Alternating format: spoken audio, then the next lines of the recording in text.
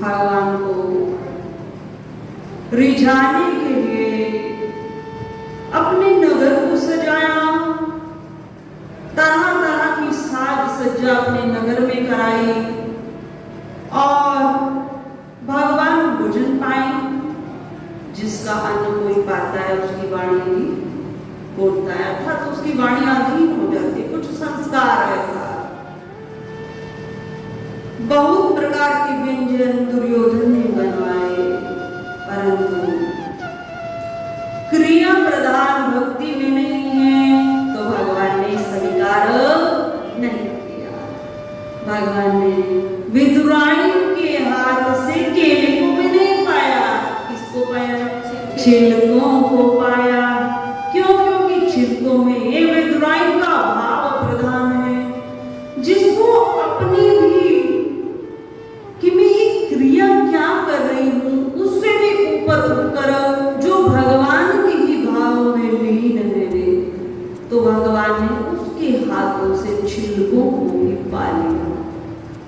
तो भक्ति में भाव प्रधान है, क्रिया प्रधान नहीं। तो इसका सेंस यहाँ पर ये भी नहीं कि हम क्रिया न करें, क्रिया करें पर उसके साथ भक्ति अपने भाव को भी विशेष रूप से प्रबल रखे।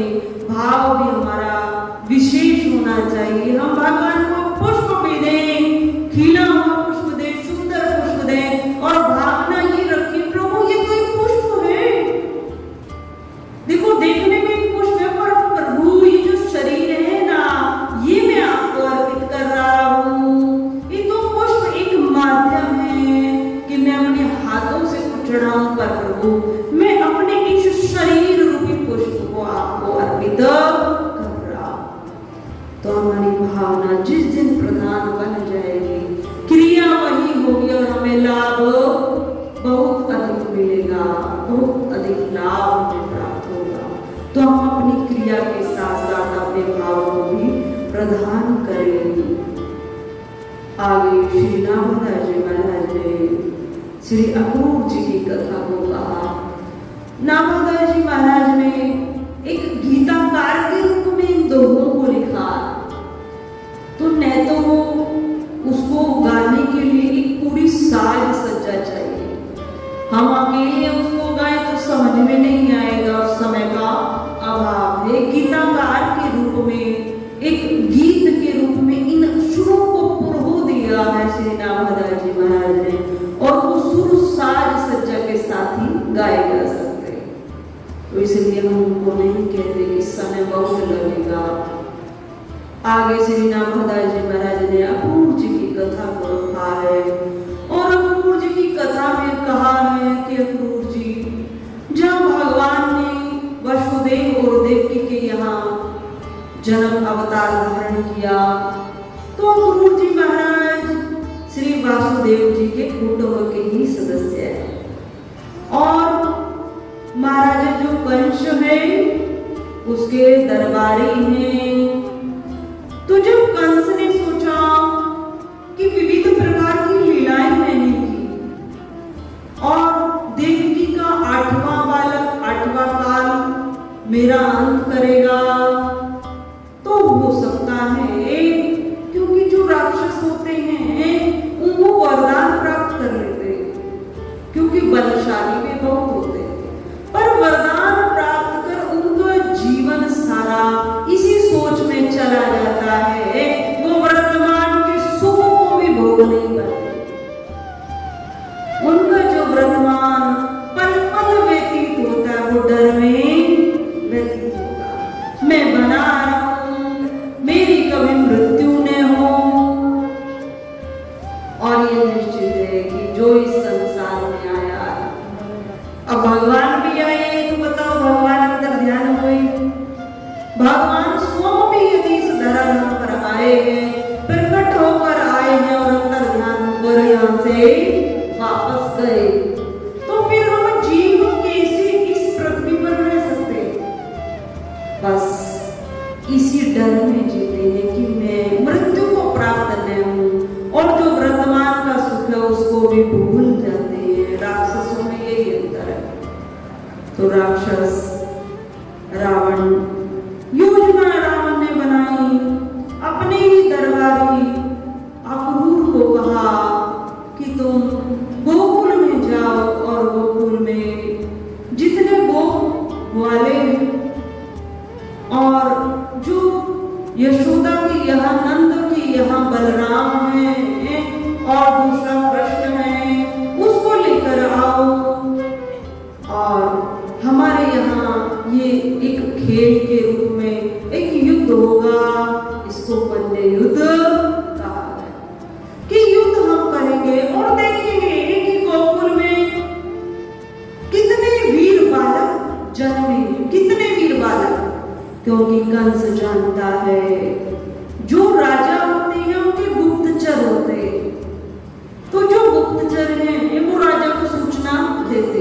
आज भी गुप्तचर होते हैं और आज तो घरों में भी पाए जाते हैं, दूर की तो बात जाने दो, समाज में घरों में भी गुप्तचर होते हैं और गुप्तचरों का सबसे बड़ा माध्यम है आज लड़की का विवाह हुआ है, लड़की आई है वर पक्ष के यहाँ, तो माता को फोन पे बता रही मैंने खाया क्या है और कैसा घर है, कैसा मेरा सत्कार हुआ। तो ये फोन जो है ना, ये भी गुप्तचर का काम कर रहा है, सबसे बड़ा साधन है। जितने इसके लाभ हैं उससे कई ज्यादा अधिक इसकी हानि हुई, बहुत हानि। कहने का भाव, नगर में गुप्तचर होते और गुप्तचरों से सूचना कंस ने पाई कि नंद बाबू के यहाँ जो दो बालक हैं, बलराम जी और भगवान साक्षात कृष्ण रूप बालक रूप में, जो नंद के यहाँ बालक हैं वो अद्भुत हैं, अति वीर हैं।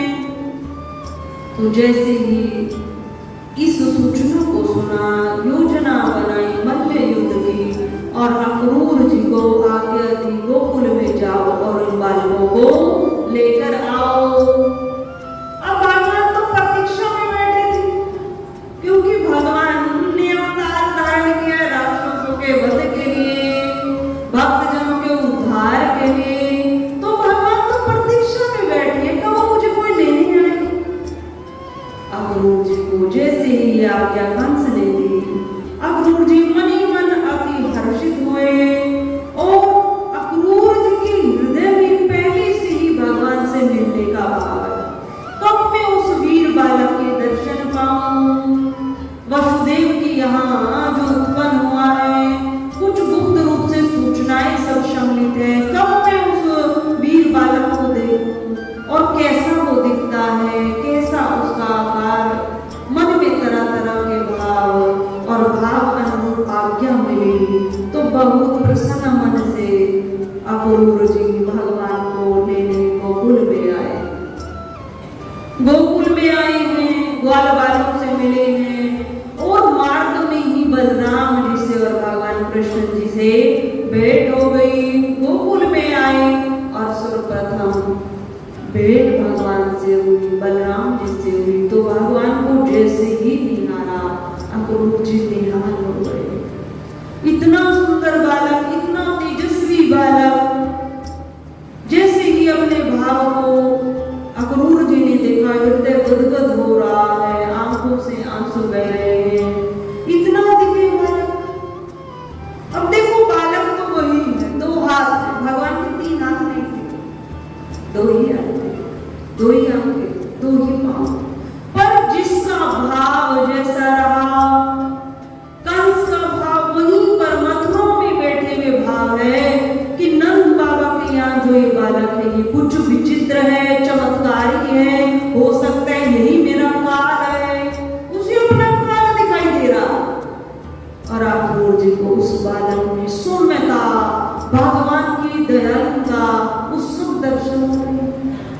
तो इस प्रकार अक्रूर जी ने नंद बाबा जी से संपर्क किया, वार्तालाप किया और वार्तालाप कर कंस की योजना को कहा कि मल्ल युद्ध हो रहा है, कंस राजा है, राजा की आज्ञा को कोई टाल नहीं सकता। बलराम जी को, कृष्ण जी को साथ में लिया, रथ पर बिठाया, रथ को आगे बढ़ाया। कथा बहुत विस्तृत है पर कम शब्दों में हो जाए। बढ़ाया तो गोप गोपिकाओं ने रथ को रोका। क्योंकि ये जो गोप गोपिकाएं हैं आज समाज में भगवान कृष्ण के प्रेम का, राधा जी के प्रेम का उदाहरण अपने प्रेम से देते हैं, जो स्वार्थ में, जो पूर्णतः स्वार्थ में। परंतु यहाँ में कोई गोप गोपिकाएं हैं, यहाँ बहुत भगवान की भक्ति किए हुए सिद्ध महापुरुष अवतरित हैं। और वो महापुरुष कैसे प्रभु को जाने दें, जो भगवान की बाल लीलाओं में सम्मिलित हुए हैं, कैसे जाने? तो वो गोपिकाओं ने रथ को रोका, परंतु भगवान ने समझाया और रथ को अवरोध में आगे बढ़ाया। जैसे ही रथ आगे बढ़ा, भगवान ने मथुरा में प्रवेश जैसे ही पाया तो भगवान ने ये रथ से का त्याग किया और पैदल चलना उचित समझा। अब भगवान पैदल क्यों गए? क्योंकि भगवान सबका कल्याण करने आए। भगवान का जिसने दर्शन पाया, जो उस समय भगवान की लीला में सम्मिलित हुआ है, भगवान ने उन सबका कल्याण किया है। तो भगवान अपना कार्य कर रहे हैं। तो भगवान ने रथ से नीचे उतरकर पैदल यात्रा की। जो भी मार्ग में मिलता भगवान उन सबका उद्धार करते। कोई मानव पृथ्वी पर आया होगा, उसका भाव रहा होगा कि मुझे इतने वर्ष हो गए वस्त्र सिलते हुए, ऐसा कब सुअवसर मुझे मिलेगा कि मैं भगवान को वस्त्र सिलकर पहनाऊं। तो भगवान ने उसकी भाव को भी पूर्ण किया। पैदल यात्रा कर रहे हैं, उस भाव को पूर्ण किया। भगवान की लीला में सम्मिलित हुआ, भगवान ने उसके भाव को पूर्ण किया।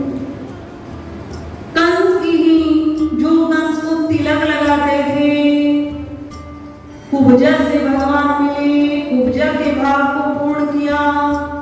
हे प्रिय सुंदरी,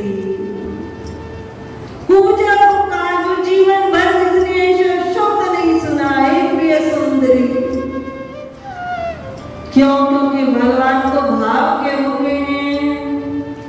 कुब्जा जी के कुब को ठीक किया और उसके मनोभाव की रक्षा की। आगे बढ़े, जिसने भगवान के दर्शन पाए सबका उद्धार किया।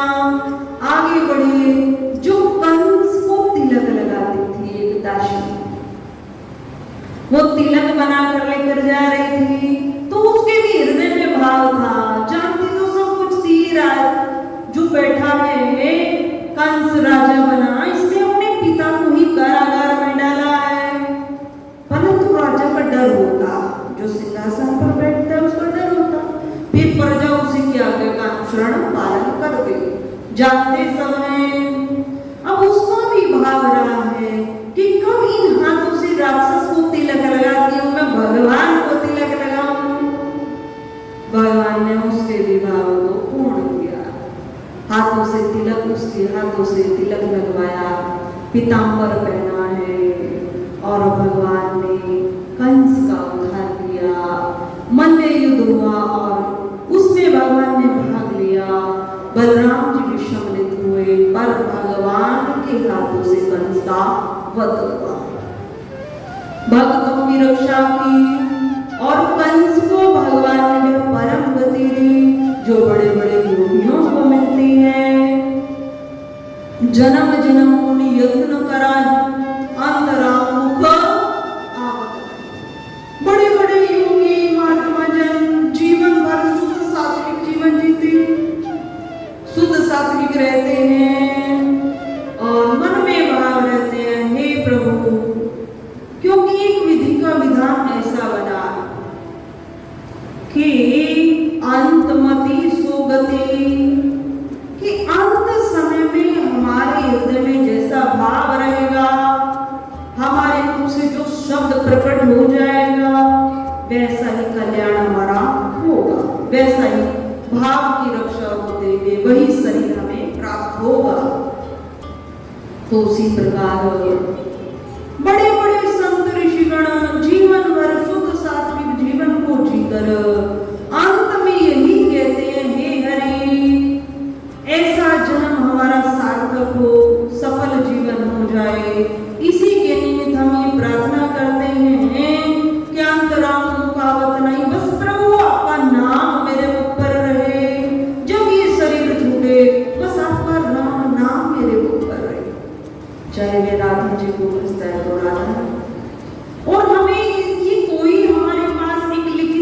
ब्यौरा नहीं कि हमारा शरीर कहां पर छूटेगा, हम किस जगह पर होंगे, हम अकाल से मरेंगे या नेचुरल हमारा शरीर छूटेगा, कौन साथ होगा कौन नहीं होगा, किसी बीमारी से जाएंगे या स्वस्थ जाएंगे, कोई गारंटी इस चीज की नहीं, किस दिन जाएंगे कोई निश्चित हमारा समय नहीं। तो संत जन इसी भाव को रखते हैं, प्रभु जब ये शरीर छूटे जैसी भी अवस्था हो, बस प्रभु ये चित्तवृत्ति आप में बनी रहे, मुख पर आपका नाम, नेत्रों से आपके दर्शन पाते रहूं और मेरा शरीर छूट गए। तो ऋषिगण इस वस्तु भगवान को पाने के लिए, कल्याण करने के लिए जीवन भर तपस्या करते हैं और कंस को भगवान ने वही परम गति प्रदान की, अर्थात उसको भगवान ने अपना ही एक मोक्ष रूप प्रदान किया, कल्याण उसका किया। 4 प्रकार की मुक्तियों में से एक प्रकार की मुक्ति मोक्ष कंस को मिला, और कंस भी भले ही जब से राजा बना, अधर्म से राजा बना, अधर्म से राजा बना है, और जब से वो आकाशवाणी हुई है तो कंस के मन में भय कृष्ण का, कृष्ण मेरा काल होगा, कृष्ण मेरा काल होगा।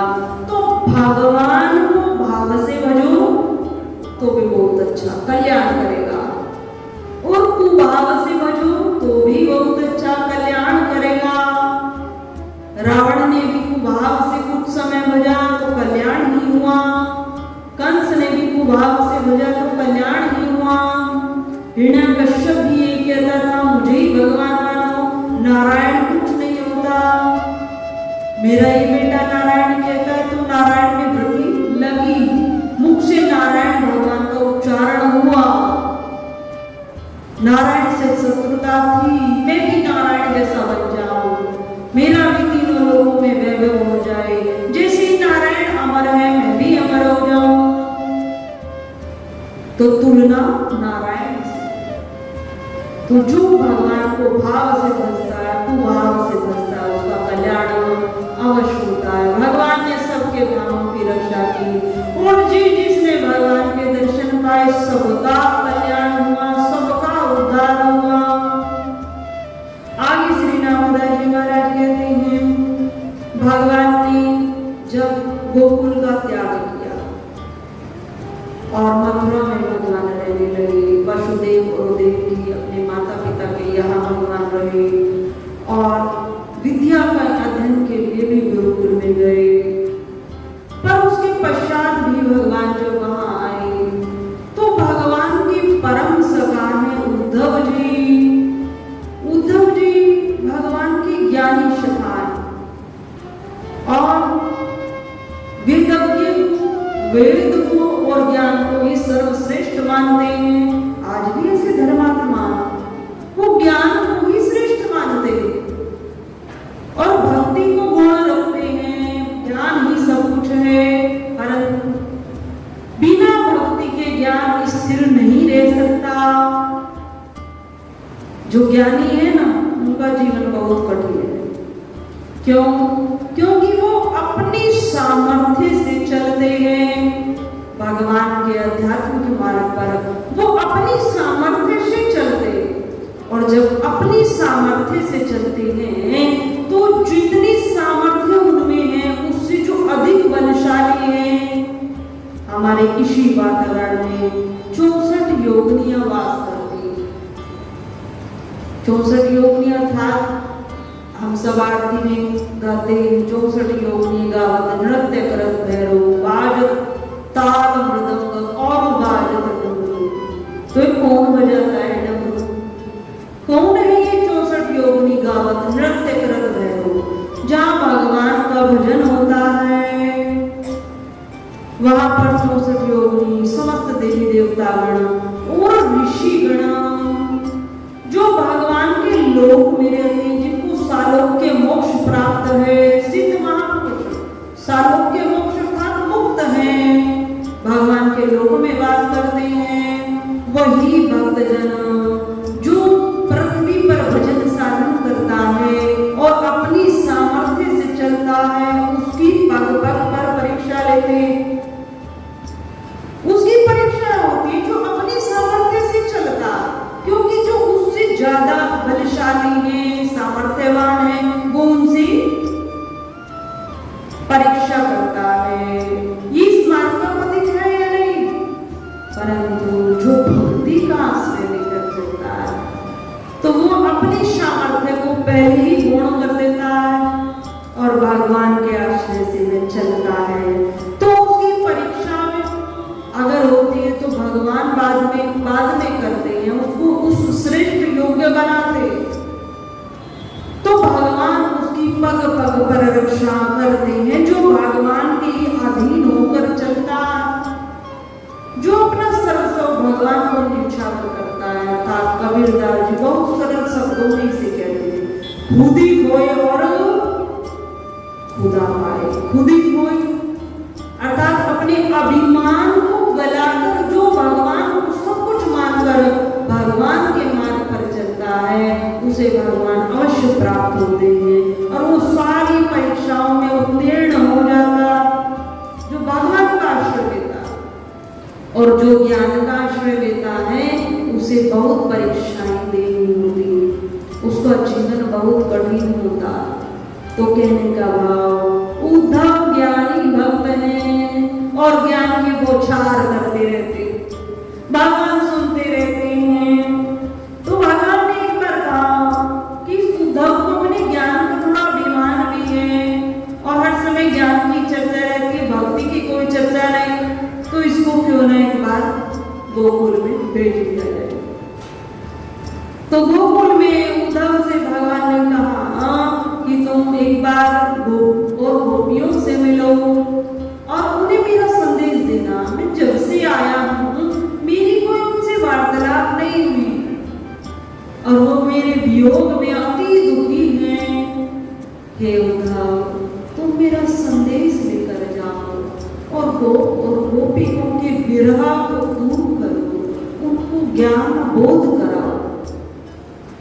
अब उद्धव आए,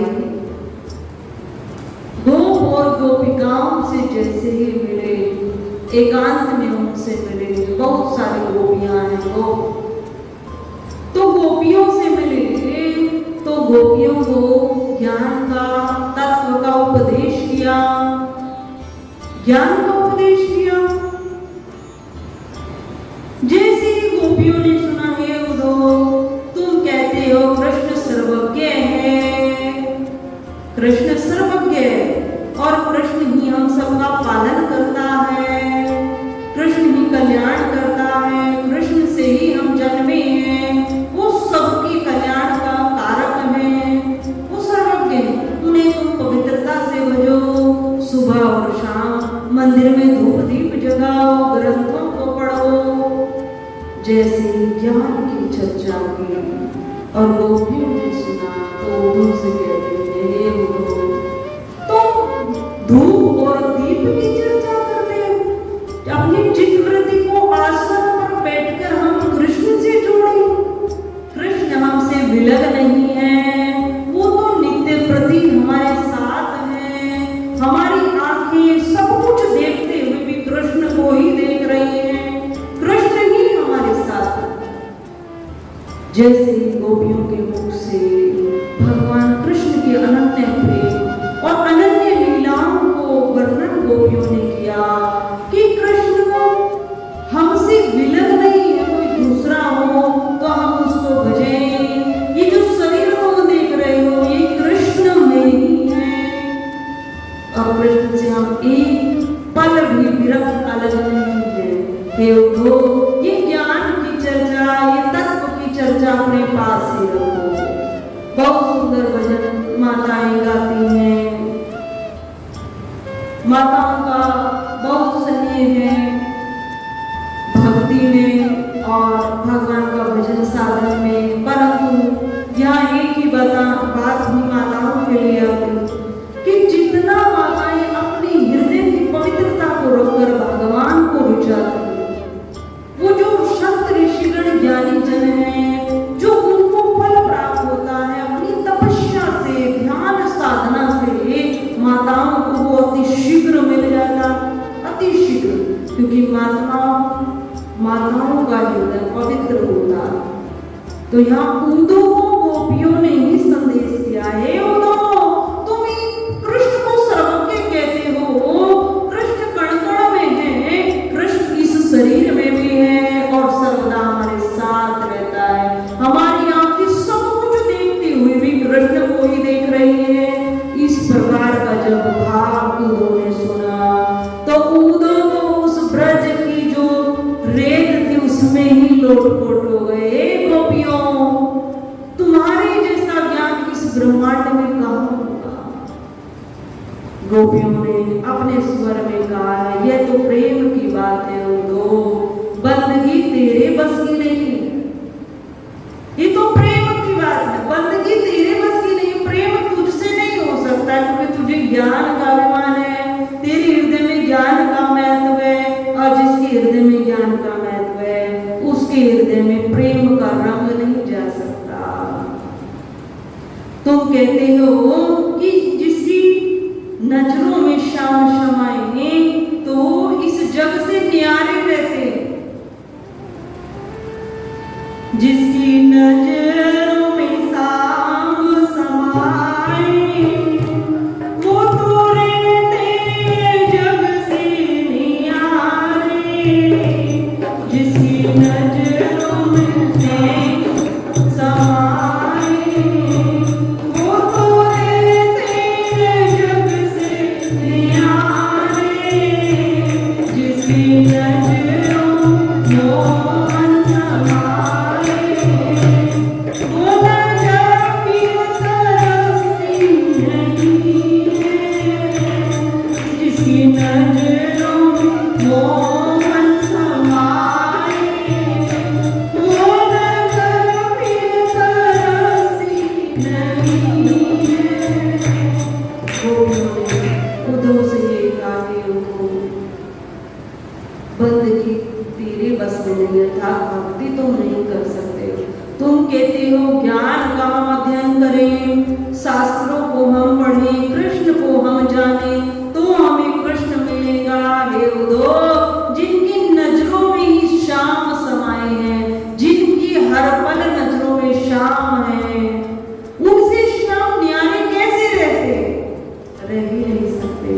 बहुत सुंदर संदेश गोपियों ने यहाँ उदो को दिया है, और भगवान का भी उद्देश्य यही है कि उदो को ज्ञान के साथ साथ भक्ति की भी महत्व, उदो को ज्ञान हो भक्ति क्या है। बहुत कथाएं यहाँ आती हैं, एक नहीं अनेकों कथाएं आती। सबसे ऊंची प्रेम सगाई, ये भजन जितनी बार भी गाते हैं भगवान के प्रति प्रेम उतनी बार बढ़ता। सबसे ऊंची प्रेम सगाई, दुर्योधन की मेवा त्यागी, साग विदुर उदर खाई। भगवान ने दुर्योधन की समस्त मेवाओं का त्याग कर विदुर के यहाँ अकेले के छिलकों को पाया। राज सूर्य युधिष्ठिर की ना तामे झूठ उठाई। राज सूर्य यज्ञ और भगवान ने उसमें संतों की झूठी पत्तलों को अपने हाथ से उठाया। भगवान ने संतों की सेवा को किया। क्यों? क्योंकि सबसे ऊंची प्रेम सगाई। फिर तीसरा उसमें आया है कि रथ थाम्यो, कृष्ण अर्जुन रथ थाम्यो, भूल गए ठकुराई। ये भूल गए कि मैं कृष्ण हूँ, मैं अंतर्यामी हूँ, मैं परमात्मा हूँ, मैं सब जीवों का पालन करता हूँ, सबका उद्धार करता हूँ और सबको जन्म देता हूँ। अपनी सारी प्रभुता भूलकर भगवान ने अर्जुन के रथ को हाँका। तो भगवान प्रेम के वशीभूत होकर प्रेम में भगवान भक्तों की रक्षा करते हैं और भक्तों को वो आनंद देते हैं जो बड़े बड़े ऋषि मुनियों को नहीं मिला। बड़े बड़े ऋषिगण जो जिस प्रेम से वंचित रह गए, वो प्रेम भगवान के वह परम भक्त पाते हैं जो भगवान से प्रेम करते हैं। अब चर्चा हम देखें कि अभी हरियाली तीज थी, सर पिछले महीने थी, तो उसमें ठाकुर जी का बहुत सुंदर श्रृंगार किया गया। वृंदावन में बहुत सुंदर श्रृंगार किया गया। भगवान कृष्ण जी को हरे रंग की पोशाक पहनाई गई और हरे रंग की माला पहनाई गई, और उसके पश्चात भगवान जी को ये जो नाक में पहनता है, नथ पहनता है, ये कौन पहनता है? माता ही पहनती है। तो भगवान को नथ पहनाया गया और इतने सुंदर भगवान लगे और सबने दर्शन पाया। भगवान कृष्ण को नथ पहनाया गया, हरे रंग की पोशाक, हरे रंग का माला का हार पहनाया गया, बहुत सुंदर भगवान लगे। और वहां जितनों ने दर्शन पाया, एक ही बात है, ये हरियाली तीज मनाते कौन है? माताएं इसको मनाती है, मेहंदी लगाती, हरे रंग की पोशाक पहनती, हरे रंग की चूड़ियां पहनती। तो भगवान कृष्ण को हरे रंग की सब वस्तुओं से श्रृंगार किया गया और वे छवि देखकर आंखों से एक ही भाव उदय हुआ। आंखों में आंसू भी है और भाव ये है कि भगवान कृष्ण ही राधा है और राधा ही कृष्ण है, कोई भेद नहीं। जिसने वे दर्शन पाए, सबने पाए। आज ठाकुर जी राधा जी के रूप में सजे और भगवान श्री कृष्ण में और राधा में कोई अंतर नहीं। राधा भगवान की प्रेम भक्ति, जो राधा है वो प्रेम भक्ति है, और भले ही एक नर का रूप है, नारी का रूप है, पर राधा जी के हृदय में कृष्ण विराजते और कृष्ण के हृदय में राधा विराजती है। दोनों अलग नहीं, दोनों एक ही तत्व है। कृष्ण ही राधा है और राधा ही कृष्ण। राधा जी की भक्ति श्याम से मिला देती है और श्याम जी की भक्ति राधा और कृष्ण दोनों से मिला देती है। तत्व दोनों एक ही है। एक बार इस चर्चा को हम सब सुन लेते हैं, कथा को, पर मन में ये उतर जाए अर्थात जीवन में आ जाए बहुत कम होता। पर उस समय की ये बात, एक कथा आती है कि एक बार श्री राधा जी के दर्शन भगवान की जो 16,108 जो रानियां, उनमें 8 रानी पट रानी अर्थात जिनसे भगवान ने विवाह किया, और जो अन्य हैं उनकी भगवान ने रक्षा की है, उनको जेल मुक्त कराकर अपने पास रखा, उनकी रक्षा की। तो जो रानियां हैं उनमें रुक्मणी जी को भी लगता है कि भगवान कृष्ण राधा जी से अधिक स्नेह करते हैं, या राधा जी के प्रति इतना आकर्षण कृष्ण में है, क्योंकि दो तत्व जम रही, एक राधा जी और एक कृष्ण। तो कुछ ऐसी लीला हुई कि एक बार रुक्मणी जी का मिलन राधा जी से हुआ, राधा जी से हुआ और राधा जी की सेवा करने का भी शुभ अवसर प्राप्त हुआ। तो एक कक्ष में श्री राधा जी बैठी हुई और राधा जी का जो हृदय है वो कृष्ण रूप है और कृष्ण जी का हृदय राधा रूप है। तो कक्ष में बैठी हुई थी, तो रुक्मणी माता जी ने सेवा की और माता को रुक्मणी माता ने श्री राधा जी को दूध की सेवा की, अर्थात दूध लाकर दिया। दूध कुछ गर्म था और राधा जी भगवान कृष्ण की भक्ति में लीन थी, दिख रहा है शरीर पर लीन भगवान कृष्ण में, और उस गर्म दूध को लिया और जल्दी से पान कर गई। अब वो जैसे ही गर्म दूध पिया, तो दूध पिया उस शरीर में, वह दूध जैसे हृदय तक पहुंचा, गर्म दूध था, तो राधा जी ने उस दूध को पान कर लिया। अब राधा जी स्वस्थ हैं, राधा जी को कुछ नहीं हुआ। उधर रुक्मणी जी राधा जी की सेवा कर कृष्ण भगवान के कक्ष में आई और कृष्ण भगवान के कक्ष में आकर संध्या कालीन चरण सेवा करने लगी। जैसे ही चरणों की सेवा को किया तो भगवान के चरणों में छाले पड़े।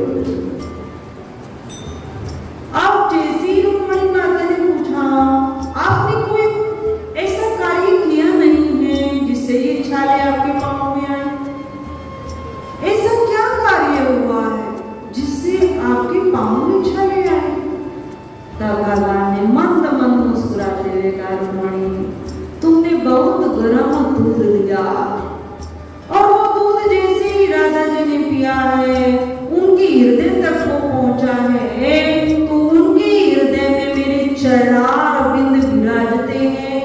ये तुम्हें जो दिखाई दे रहे हैं ना, ये चरणार बिंद श्री राधा जी के हृदय कमल में विराजमान है। और जैसे वो गरम गरम दूध राधा जी ने पिया, हृदय में गिरा, तो मेरे पाँव जल गए। जैसे ही ये सुना, रुक्मणी जी की आंखों से आंसू आ गए। मैंने कभी ये जाना ही नहीं है कि राधा जी कृष्ण है और कृष्ण ही राधा। दो तत्व नहीं है, एक ही तत्व है। तो रुक्मणी माता का अभिमान भी दूर हुआ और प्रेम भक्ति को वह जान पाई। रुक्मणी का प्रेम क्या होता, तो कहने का भाव क्या, हम सब भक्ति करें पर अपने भाव को प्रधान रखें। श्री नामदास जी महाराज ने कहा, जो गोपियों का हम कर्म देखते, यदि हम गोपियों का कर्म देखें तो गोपियों ने कभी माला नहीं जपी, कभी कोई विशेष कार्य नहीं किया अपने उद्धार हेतु, कल्याण हेतु, फिर भी गोपियों को मोक्ष भी मिला। और गोपियों की भक्ति संतजन महत्व उनका गाते हैं, उनकी भक्ति को बताते। तो गोपियों का एक ही भाव था माताओं, मूल रहस्य यही है कि जैसे एक माता अपने जब बालक को जन्म देती है, छोटा बालक, तो माता उसको जन्म देती है, उसका पालन करती है। तो जब वो सो जाता है तो माता अपना अन्य कार्य करती है। माता को ज्ञात रहता है मेरा बालक किस समय जगेगा, किस समय वह जगेगा। तो क्या करती है माता, अन्य उस समय में अन्य समस्त कार्य कर लेती है। जिस समय बच्चा सो रहा है, वो उसको सुलाकर आई तो कार्य कर लेती है, पर कार्य अवश्य कर रही है, पर ध्यान अपने बालक पर है, पूर्ण ध्यान बालक पर। पहले माता जल लेकर आती थी, बहुत दूर से जल लेकर आती थी। अब जल लेकर आती थी, उनकी आदत कैसी हो जाती थी माता, चित्र में आज देखते हैं उनको आकर मटके के ऊपर मटका और मटके के ऊपर जा रही, एक छोटी मटकी, और कितनी माताएं तो ऐसी होती थी एक साइड में भी रख लेती थी, और 3 मटके ऊपर एक साइड में, यार वो चल रही है, बहुत दूर से जल आती। अब वो जल भी सुरक्षित आ जाता और वो चलकर भी आती, और जो अन्य सखी साथ में जाती उससे सारी वार्तालाप भी हो जाती, सारी वार्तालाप उससे करती। विचार करें वो माता कैसे चल रही आती, तो वो मालूम पड़ता है कि वो माता अवश्य जल लेकर आई है, सर पर बहुत सारा जल है, हाथों में जल है, पर उसकी चित्तवृत्ति वो पांव से चल रही है, पर उसकी चित्तवृत्ति अपने जल पर ही है। उसका जो ध्यान है ना, फोकस है, वो अपने मटकों पर है। और जब ध्यान मटकों पर है तो शरीर क्रिया कर रहा है, चल रहा है, वार्तालाप कर रहा है, पर जल सुरक्षित होता है, जल सुरक्षित लेकर आती है, क्योंकि ध्यान हमारा मटके पर था। उसी प्रकार गोपियां समस्त कार्य करती थी, घर का समस्त कार्य करती थी, और उनकी जो चित्तवृत्ति थी वो भगवान कृष्ण में लगी रहती। बस इतना ही भजन गोपियों का है, केवल इतना ही कि अपनी चित्तवृत्ति को कान्हा से अलग नहीं करती थी, कृष्ण से अलग नहीं करती थी, उनकी लीलाओं का स्मरण हर समय बना रहता था, और उस घर का सारा कार्य करती थी। तो यही यदि माताएं, मेरा बालक शयन कर रहा है, अब उठेगा मैं उसको दूध पिलाऊंगी, अन्यथा जो बीच का समय में उसमें कार्य कर लेती हूँ, पर वृत्ति अपने बालक पर है। उसी प्रकार यदि हम अपनी वृत्ति को भगवान से जोड़ दें तो वो भजन बहुत श्रेष्ठ होगा, बहुत श्रेष्ठ होगा, बहुत लाभकारी होगा। तो हम अपनी चित्तवृत्ति को भगवान से जोड़ें। आप सब सत्संग में आए, जिस गली से आप आए, जिस मार्ग से आप आए, उस मार्ग से इस सत्संग प्रांगण आने में जितना समय आपको लगा, यदि उस समय में भी आप अपनी वृत्ति को भगवान से जोड़ दें, अर्थात चलकर भी आ रहे हैं, 10 मिनट लगे, 15 मिनट लगे, तो यदि आप उतने समय में भी भगवान से जुड़ जाए और नाम स्मरण करें, तो आपकी 11 माला तो हो ही जाएगी। यदि 15 मिनट किसी को लगता है ना आने में, तो उसकी 11 माला निश्चित हो जाएगी। तो भजन भी होगा, शरीर क्रिया भी करेगा और भगवान का भजन नित्य प्रति पढ़ता भी रहेगा, बहुत कल्याणकारी होगा। तो हम समस्त कार्य करें पर अपनी चित्तवृत्ति को भगवान से जोड़ दें, भगवान से जोड़े रखें। श्री नामदास जी महाराज ने आगे भक्त चरित्रों का वर्णन करते हुए ध्रुव जी के चरित्र को रखा। ध्रुव ने मात्र छोटी सी अवस्था में भगवान को प्राप्त किया।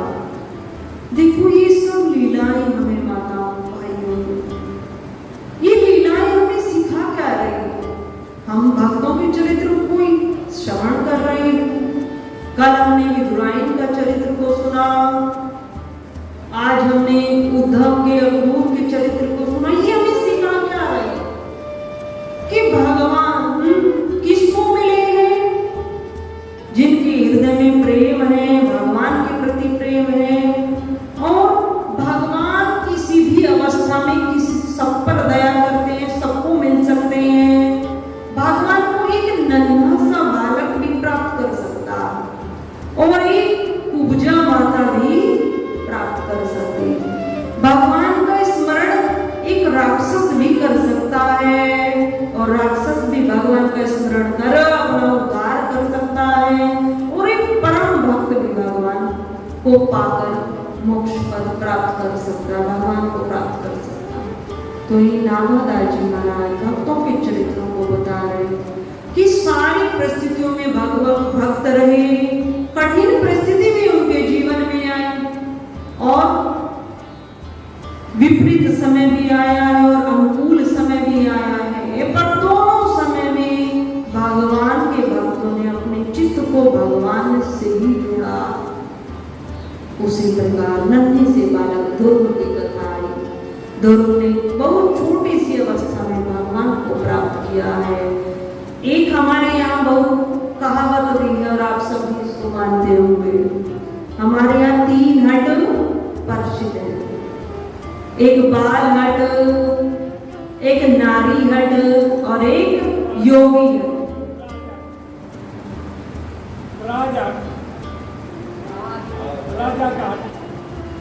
योगी हट राजहट वो एक में ही आता।